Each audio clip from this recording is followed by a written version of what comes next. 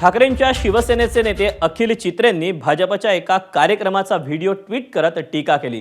मुंबईमध्ये भाजप महिलांना नाचवून प्रचार सभेला गर्दी जमवत असल्याचा आरोप अखिल चित्रेंनी केला। तर महापुरुषांच्या पुतळ्यासमोर महिलांना नाचवून भाजप महापुरुषांचा अपमान करत असल्याचा आरोप चित्रेंनी केला। भाजपच्या कार्यक्रमाचा व्हिडिओ ट्विट करत कुठे नेऊन ठेवलाय महाराष्ट्र आमचा असा सवाल अखिल चित्रेंनी केला।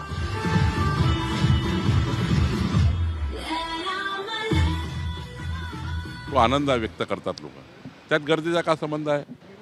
आमच्या प्रचारामध्ये प्रसारामध्ये प्रचार आणि प्रसारामध्ये आमच्या महिलांनी आनंद व्यक्त केला असेल, त्यामध्ये एवढं बोलायची गरज काय आहे?